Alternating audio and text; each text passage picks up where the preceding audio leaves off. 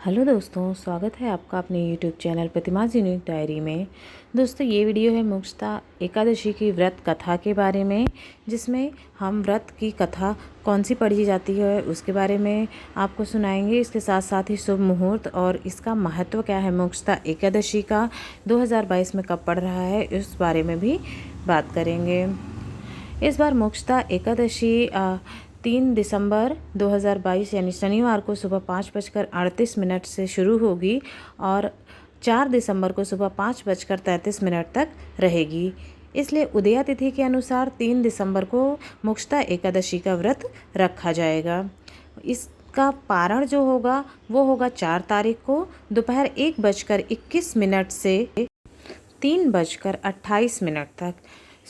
3 तारीख को आपको व्रत रखना है और इसका पारण 4 तारीख को दोपहर में करना है।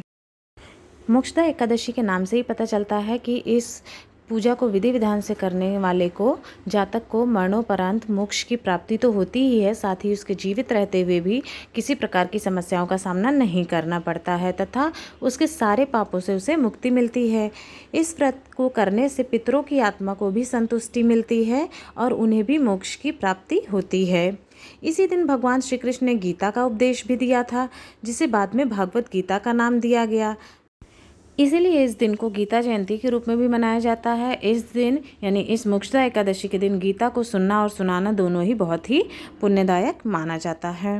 अब आते हैं मोक्षदा एकादशी की व्रत कथा, जिसे सुनने मात्र से पुण्य मिलता है और मोक्ष की प्राप्ति होती है। ये कथा कुछ इस प्रकार है। एक बार चंपा नामक एक नगरी हुआ करती थी। इस नगर में चारों वेदों के एक ज्ञाता राजा वैखानस राज किया करते थे।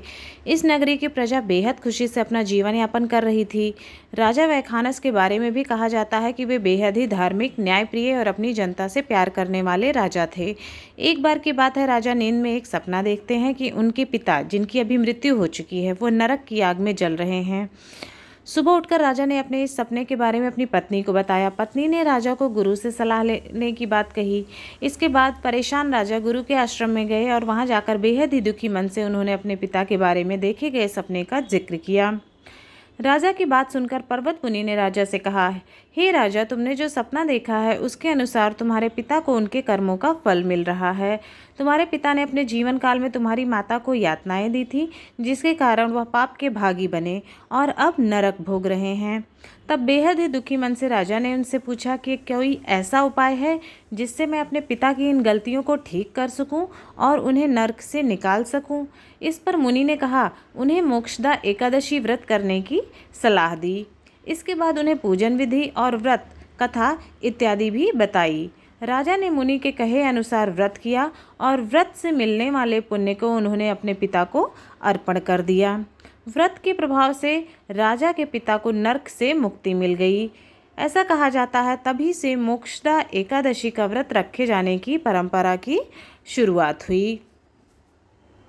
दोस्तों, ये कथा ज़रूर सुननी चाहिए। ऐसा माना जाता है कि ये कथा सुनने से 1000 गौदान के बराबर फल मिलता है।